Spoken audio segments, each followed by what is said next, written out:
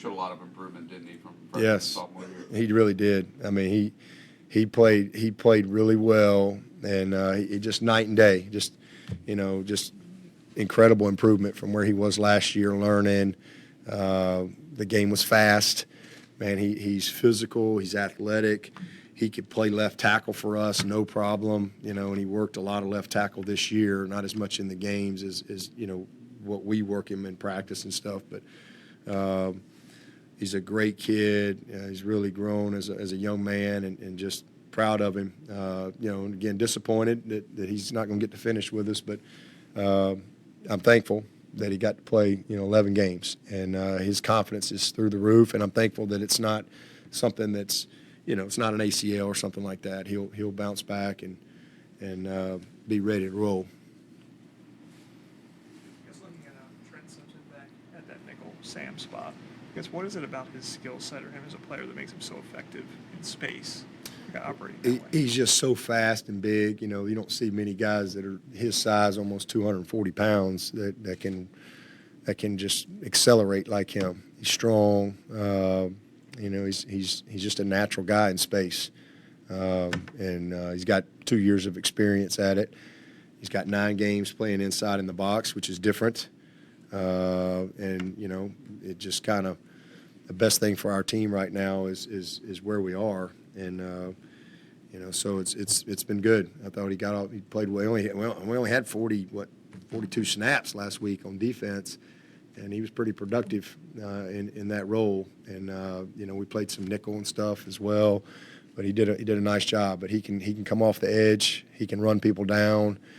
He can cover, and just a unique talent. I guess you guys said his projection you thought for the NFL was. Yeah, he'll most likely be an in the box guy at the next level. That's one of the things that, it's one of the reasons we moved him inside. Plus with Barrett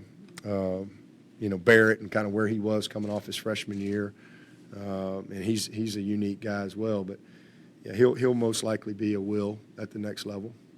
He can play Sam as well, but I don't see him being a nickel guy. You'll see him transition a little bit more like Isaiah Simmons. Coach, this will be the 7th opponent you face this season that's been ranked at some point. Next week will be an 8th. You can stack that schedule up against just about anybody in the playoff race, can't you? Yeah, I mean it's been a tough schedule all year. Every game is a tough game. It's hard to win. People like to. There's a lot of narratives that people like to put out there, but all you got to do is just pay attention to college football. It's really hard to win. You can look at last week as a perfect example.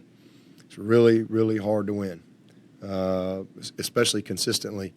In college football, dealing with young people, anybody can have a bad day. Anybody. I mean, it's a tough game, and college football, there's a lot of parity. And you can have injuries. There's a lot of things that go into it, and anybody can have a day. And there's 4 undefeateds and 2 teams with 1 loss. So hard to win, man. Hard to win. I have some Thanksgiving questions for you. Okay. Need to know if you game plan your dinner plate the same way you do a game. Like, how do we attack first compared to second? And not to get controversial, but do we like cranberries? I absolutely do not like cranberry sauce. I've never eaten cranberry sauce, so I'm out of that. Put me on whatever side that is. But yeah, I mean I'm turkey. I'm pretty simple. Turkey. My mom's chicken and dressing, which is amazing. Mac and cheese, some corn, and then some beans. Pretty simple. Hopefully there's some pecan pie. Maybe carrot cake. That's about it. But in multiple plates. What's that? Do we do salt first, savory second, or do we pile it all in one? Yeah, I kind of eat one thing at a time. Occasionally I'll take a bite of something here or there, but I don't usually just mix it up. I keep it all neat and orderly. Put some pepper. Not a big salt guy, but a lot of pepper. And then, a good roll. Did you have those plates when you were little with the dividers that kept all your portions? I think, somewhere along the line, maybe at elementary school or something, I think they gave you those. You had the little spot for your utensil and the square piece, so you could put your pizza there, and had those little things, the little green trays. I don't know if they still do that or not, but I don't really remember them at home. What is Bo Collins' availability for Saturday? He's gonna be ready to roll. When they use a guy like Bell the way they do, what are the challenges that defensive defense? Well, it's kind of been out of necessity. I don't think they want him to be their tailback, but they're trying to win, and they're using their best players. It's just good coaching. If they got 1 and 21, I don't think they're going to put 0 back there in their place. But first of all, it shows their confidence in him. It shows how talented that kid is, and it just shows good coaching. You can look at us last year with the challenges that we had with some injuries down the stretch. We just had to manufacture things and find a way, and sometimes that's what you got to play the hand you're dealt. So that's what they've done. They've gone to some wildcat stuff. They've gotten Joyner back involved to create, just first downs and challenges. He's a really good player. He sees things. He's a good decision maker back there as far as do I keep it, do I give it, knows how to process things. And but yeah, Zero's a big old dude, man, when he's back there in the backfield. So I think they just done what they need to do to give himself a chance to be successful. Is Woodship the most well-rounded running back you've had here, from the start since CJ maybe? Probably. I would say Ellington was a lot like that. Andre Ellington. I don't know if you remember him or not, but he was a very dynamic kid. He could do it all as a returner, a great receiver out of the backfield, explosive. He was, I would say, probably CJ and Andre.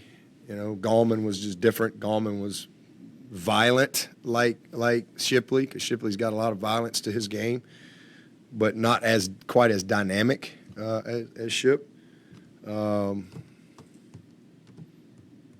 ETN, kind of developed into that dynamic. He didn't show up that way. He couldn't catch a pass when he got here, and not that he couldn't, he just had never really done it. And so you look at how we ended up using him. He was a returner. He was a big-time receiver. You look at how many catches he had, his last year here, and then, how he grew. He's explosive, and he ran violent too. So I think those guys are all similar. Certainly just showing up here, Shipley, even Spiller. Spiller was not a guy who had, done what we do, and so he had to kind of learn how to be a true running back and run the zone and run the counter and the power and all those things. He was more of an option kid coming out of high school, like Travis, but he was just very natural, like Ship, when it came to catching the ball and all those type of things, return game, et cetera. So we've had a few of those guys, but Ship's he's right there with that group, when it comes to all the tools he has. Natural leadership skills too. Yeah. Just a ton of energy that Yep. people kind of gravitate to, right? Yep. He's a very natural leader. He's been that way since. He's one of the few freshmen that have come in here and has led, and the guys follow. You don't usually see that, but that's just a very natural thing for him. But it just becomes because of how he works. As I've said this many times, he's never lost a sprint from the time he got here as a freshman. He wins every sprint. He wins the first one, he wins the 20th one. And he's not that freshman that's going to come in and doesn't want to show up the upper class. He doesn't care. He doesn't care about any of that. He just wants to be great, and he works that way. And if you can't keep up with that, it's your problem. That's just kind of how he is. But he's a great kid. But when he's on the field, man, he is a unbelievable competitor. You look at how last year finished for you guys. How much of that was him sort of blossoming into his own and doing it injured at the same time? Yeah. Those last 5-6 games of the year. Yeah, it just we did everything we could those last 6 games to just find a way to win. And, I mean, we did a little bit of everything. We just kept trying to get the ball to our best players, manufacture some stuff. I thought DJ really led us well down the stretch there. He was hurt, bad knee, bad finger. And, he's a leader like Shipley. He's respected like Shipley. They're just different in how they go about it. But the combination of those guys, certainly, I mean, he just kind of willed us to some games. I mean, you think about the run he had against Florida State, for example. I mean, it was just awesome. But he's relentless that way. I mean, the more he touches it, the better he gets. The more physical it is, the better he gets. So he's just one of those guys that, everybody, you hate to play against him. Everybody wants him on their team, for sure.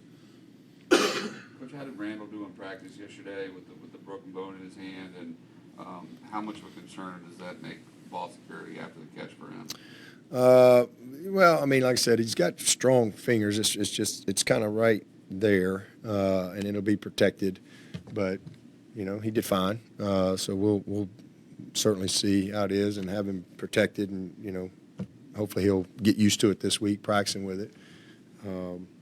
But I mean, ball security is a concern. Period. Good hand, hurt hand. I mean, if you watch our last few games, it's a concern. Mike Brown said earlier this week that he's already hearing from players and player agents about, I'm thinking about transferring, or is there a spot? Do you think the transfer portal windows are actually helping at all, or is that stuff just kind of moving in a different direction so that they're kind of coming in the back door as opposed to the front? I mean, I don't. If guys are going, I mean, regardless of when you have a day you can go in, I mean, we've already had a couple guys leave already. So, okay, they're going in the portal. They can't officially go in till whatever day, but I don't know that changes anything. Doesn't really affect anything. But at least you got a window, I guess, where it's official. But guys are going to leave. They're going to leave. So. Do you have to approach your own team differently? Have conversations at this point in the year to say what are you thinking about, where are you going, or do you just say look, we'll get to it at the end of the year? We're focused on South Carolina. I ain't worried about none of that. We're just trying to beat South Carolina. I'm not focused on any of that stuff. Any questions for Coach from Zoom? Dabo, I know obviously South Carolina made plays against Tennessee, but what did maybe Tennessee not do defensively to affect them the way that other teams have this year when they've struggled some on offense? Well, they missed several tackles. First of all, missed some big tackles, which led to some big plays, and then just coverage issues. I didn't think they affected the quarterback. He was very comfortable. He had a lot of time on a lot of plays to get comfortable, and then they didn't make the competitive plays. I mean, it seemed like every competitive play where they were in position to make the play, they didn't make. So that's it. Coach, this is Amanda Poole with Watch Fox. I was just going to ask, this will be BT Potter's last home game after what feels like he's been here for 10 years, but it's officially his last year. I guess when you talk about his growth, what's the thing that you think he's grown most throughout his time at Clemson? Just his maturity in how he goes about, just the process week to week of being ready. I mean, from when he came in here as a freshman, I think he was just not as focused as he needed to be. It just kind of came easy to him, and man, he handles himself like a pro. He really does. I mean, he's going to be a great pro, but he's just his maturity. He's just become a very mature young man. He's become a great leader. He's one of the more. He's going to be a captain for us this week, as a matter of fact, and just his routine, becoming very, very committed to his routine, week in and week out, game in and game out, kick in and kick out. But that's to be the main two things: just his maturity and his leadership, and just overall commitment to the focus that you have to have week in and week out to be consistent in his role. Hey Dabo, it's Anna. I know you mentioned it on your show last night, red zone defense. What are some areas there that you feel like you can improve upon? Yeah, we just got to cut down on the touchdowns. I mean, and it's details. It's really that simple. It's just details. Especially in some coverage situations. That's the main thing. Dabo, Wells for them, number 3 of receiver. Seems like he's maybe become Spencer's go-to guy. Just what do you see from him, and how have you seen him kind of evolve this year? Yeah, he's a really good player. I think he's their leading receiver. He's got good hands. He can run. He's a confident kid. He's got a ton of experience. He came from somewhere, JMU, I think. A very, very polished guy, and you just see his veteran confidence, out on the field. But he made a couple great ones last week as well. Went up over the one kid. That's what I meant earlier about competitive plays where they had a guy there, and he just made it. So he's definitely a guy that you can tell they got a lot of confidence in and want to get the ball to. Anyone else for Coach? Ask you one more on Ship. Was there a moment in a recruiting that you were like, this guy is not just special on the field, but he's going to be a really great fit for us? Like, when did it kind of gel that like this is the perfect Clemson guy? Oh man, first time I met him, watched him in camp. Came to high school camp. I guess maybe his 10th grade year or junior year or whatever. But early. One of the first times I met him, just watching him work. His presence when you meet him and you spend time with his family. I mean, they're he's just got an energy to him and a confidence to him that is you just feel it.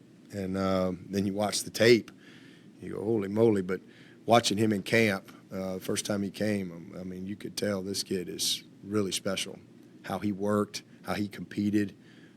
How he was leading everybody else, get in line, whatever it was. I mean, he just was different, from the get-go. You talk about Shipley. Is there anything unique about Antonio Williams in terms of his demeanor and the person he is Yep. that allows him to lead you guys on receiving? Yep. He's just the opposite of Shipley. Shipley, you see him, you hear him. If he's not on the field, you still hear him. Because he's, yelling at everybody else and cheering on whoever made the play. I mean, that's just who he is every day, every play. Whereas Antonio, you never hear him. He's just a very quiet, about his business kid, very confident, very confident. That was one of the things that stood out about him early on was he just had an elite confidence to him, that he never carried himself like a freshman. Didn't matter what we were doing. And then, didn't take long to see that he had a lot of knowledge and a lot of wisdom, and, especially from a technical aspect at his position that most freshmen don't. And the game was never fast for him. I mean, he just kind of took to it, and once he kind of learned the offense and terminology and all those type of things. I mean, but from a route running standpoint, a technical standpoint, just very confident showing up. And then once again, he kind of got the mechanics of the offense down. He went just like that. But he's just a very, very ultra competitive kid. But he just carries himself, you'd never know he's in the room. And you would never notice him until he gets on the field. So two different guys, two different approaches, but that's just who they are. He's just a very cool, calm kid, but loves to compete and loves to play, whereas Ship is not cool and calm. He is angry on the field. And off the field, he's just a ball of energy, and he's the biggest supporter of everybody. And he loves to, support and cheer for the other guys. And, it's just, you just hear him all the time. That's just who he is. So they both are very comfortable in their skin. All right. Thank you, Coach. Okay. Coach Simpson will be up Appreciate it. first.